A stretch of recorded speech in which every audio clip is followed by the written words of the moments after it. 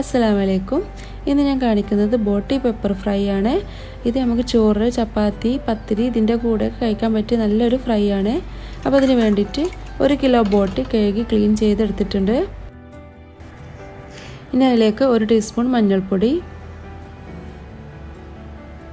2 table spoon മല്ലിപ്പൊടി,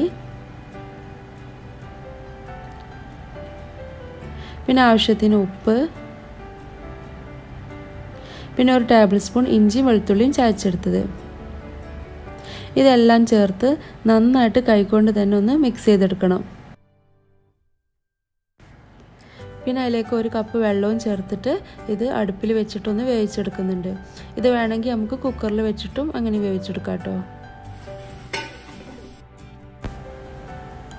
അപ്പോൾ ഇതൊരു 3 മണിക്കൂറോളം അടുപ്പ് കിടന്നതിന് ശേഷമാണ് ഇത് നമുക്ക് വേവ് പാകമായി കിട്ടിയത്.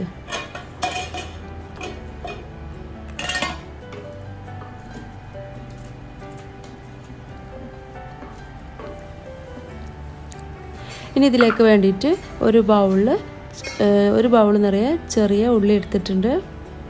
ഇനി ഒരു കടായി ചൂടായതിന് ശേഷം അതിലേക്ക് കുറച്ച് വെളിച്ചെണ്ണ ഒഴിച്ച് കൊടുക്കാം.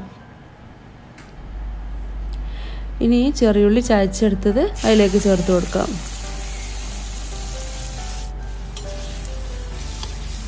ഇത് നന്നായിട്ടൊന്ന് വഴറ്റിയെടുക്കണം.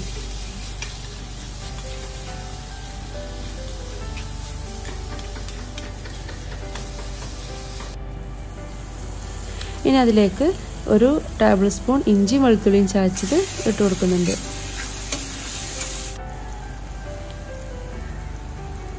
ഇനി ഒരു 3 പച്ചമുളക് കട്ട് ചെയ്ത് ചേർത്ത് കൊടുക്കാം.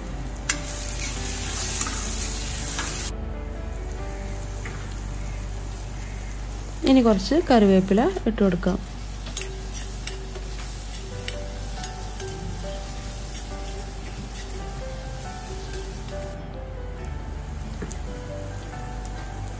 ഇനി ഇതിലേക്ക് 1 ടീസ്പൂൺ മഞ്ഞൾപ്പൊടി ചേർത്ത് കൊടുക്കുന്നുണ്ട്.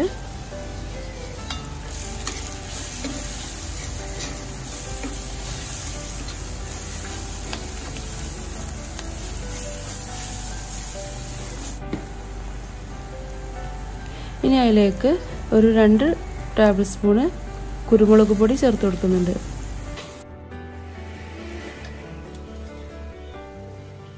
ഇനി ഈ ബോട്ടി വേവിച്ചെടുത്തത് അതിലേക്ക് ചേർത്ത് കൊടുക്കാം. ഇത് നന്നായിട്ടൊന്ന് മിക്സ് ചെയ്തെടുക്കുക.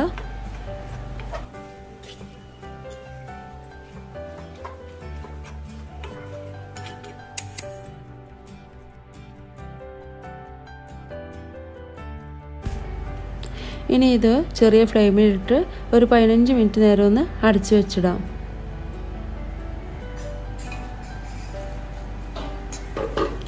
അപ്പോൾ നമ്മുടെ ബോട്ടി പെപ്പർ ഫ്രൈ റെഡി ആയിട്ടുണ്ട്. അപ്പോൾ എല്ലാവരും ഒന്ന് ട്രൈ ചെയ്ത് നോക്കുക. ഇതൊരു നാടൻ റെസിപ്പിയാണ് ഈ കാണിച്ചത്.